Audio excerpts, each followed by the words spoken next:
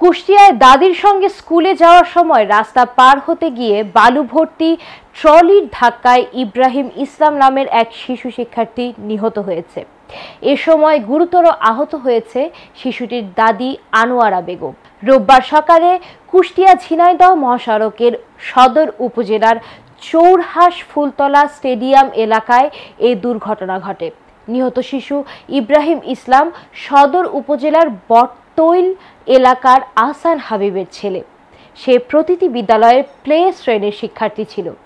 এদিকে এ ঘটনায় ক্ষুব্ধ জনতা ট্রলিতে আগুন ধরিয়ে দেয়। পরে ফায়ার সার্ভিসের একটি টিম গিয়ে আগুন নিয়ন্ত্রণে আনে। কুষ্টিয়া মডেল থানার ভারপ্রাপ্ত কর্মকর্তা শেহাবুর রহমান বলেন, সকালে দাদির সঙ্গে স্কুলে যাচ্ছিল ইব্রাহিম।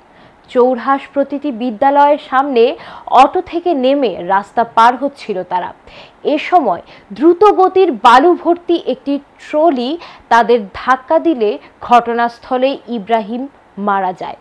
এ সময় তার দাদি গুরুতর আহত হয়। ঘটনার পর চালক পালিয়ে গেলেও তার সহযোগী তরুণ সিজানকে আটক করা হয়েছে।